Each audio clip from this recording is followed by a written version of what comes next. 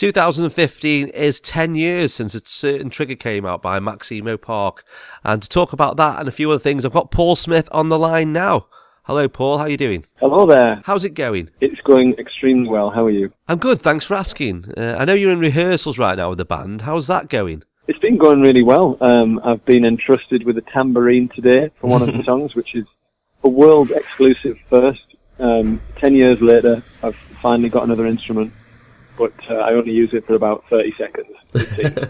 And it's just hitting it very simply against my leg. But yeah, it's going really well. We've unearthed some of our older songs from albums back in the day. We've got a few old B-sides and tracks that were on compilations that we're going to kind of revolve around in the set.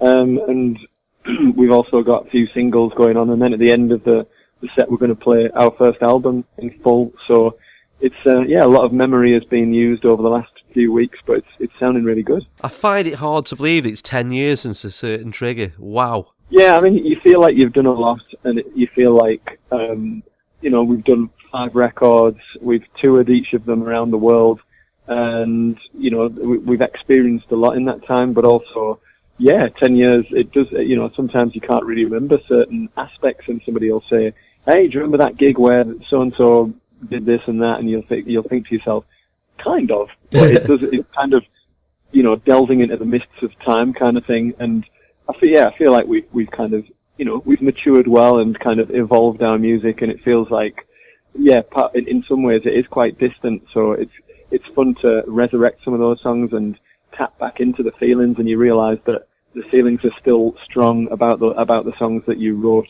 maybe even 12 or 13 years ago in a bedroom that eventually emerged in 2005. And to play them in front of people and still be going 10 years later, a lot of bands don't make it to this point, whether it's through people losing interest within the band or in an audience, or record companies saying, right, we're not going to give you any more money. So for us to get to this point, it feels like, the right time for a little bit of a party. And I do know you like to party. Some of these songs you haven't tinkered with for quite a long time, so that'll be fun. Yeah, I mean, there's songs like, I won't be giving anything away by saying we're playing Postcard and Painting, because we are playing the whole of the first album. But something like that, we haven't played it in years, and it just felt really fresh to me, because we haven't played it for so long, whereas there are songs like Apply Some Pressure, which we've done, but you think to yourself, is this exactly how it is on the record?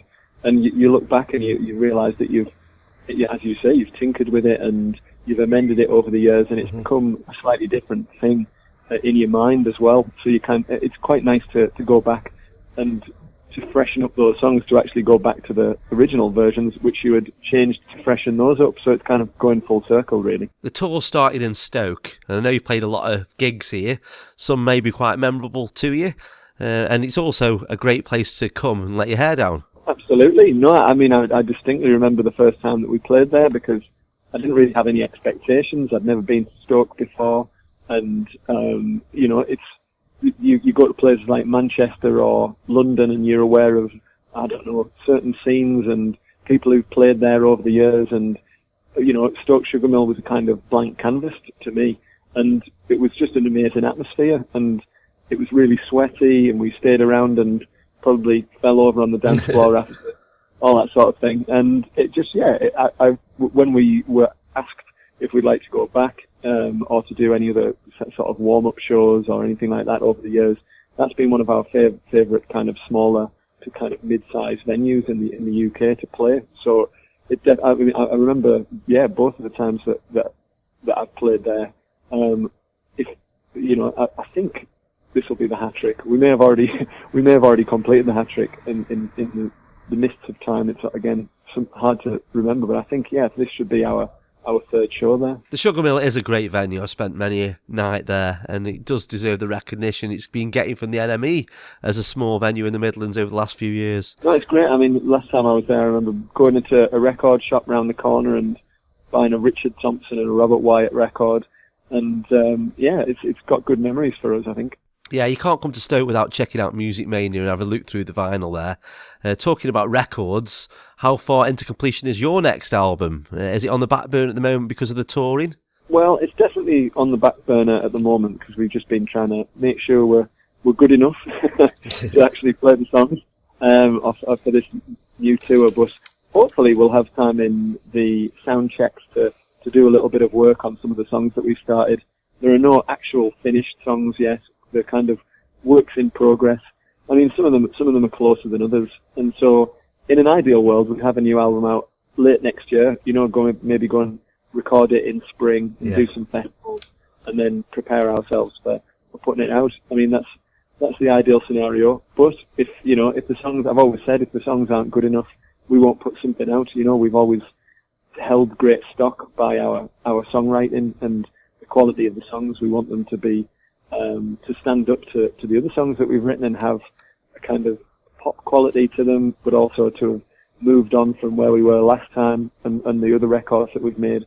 So if we manage to do that and write songs that we believe in and think other people are really going to enjoy, then we'll definitely record it next year and hopefully have it out. Great news, Paul. Of course, a new record brings the headache of chart positions, or aren't you really bothered about how it fares in the chart? Is that something you've really never bothered with? Well, I'd be lying if I said that they weren't important to us, but I think we've always seen it as a kind of secondary thing. Mm-hmm.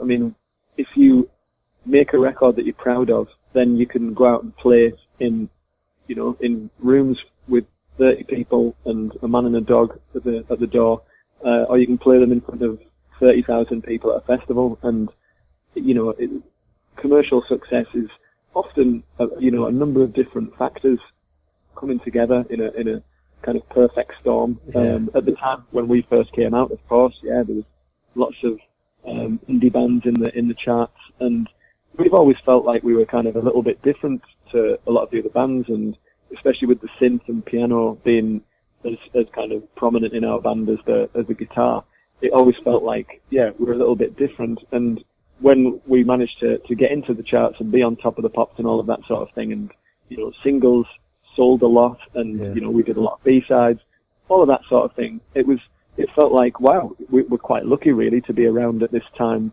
and be somehow categorized in with lots of bands that perhaps we don't really have so much in common with. In some ways it's a kind of stroke of luck, and in other ways people might compare you to the bands at the time. But obviously 10 years later you're still there. We've had our 5th top 20 record last year, and that'll do me. As long as people are still coming to the shows and we can still earn a living out of it, then I'm not really chasing massive success, because it's not down to whether our songs are good or not, because there's plenty of people that I like whose albums never hit the top 40 or the top 100. Friends of mine who are in bands who have made great records, and they're kind of just a bit under the radar. And I think we've been incredibly lucky in some ways. We've worked as hard as we possibly could to sustain where we are and to keep writing good songs and to stick together as a group. And so for me, it's definitely important, because it's kind of how we earn our crust, and we all need to get a roof over our heads and all of that sort of stuff. So when you're riding high in the charts, that people are buying your records and coming to see your shows, and so it's definitely part of the deal. But it's not the be all and end all, because I suppose there will come a time when people don't buy our records in as greater numbers, and that's the way it goes. And there are very few bands that can maintain that sort of high level success, but we'll keep trying. I'm sure you will, mate, and it's been a pleasure having you on the phone today. Enjoy the rest of the rehearsals, if that's an actual thing. Yes, brilliant. Thanks very much. You take care. Take care. See you. Bye.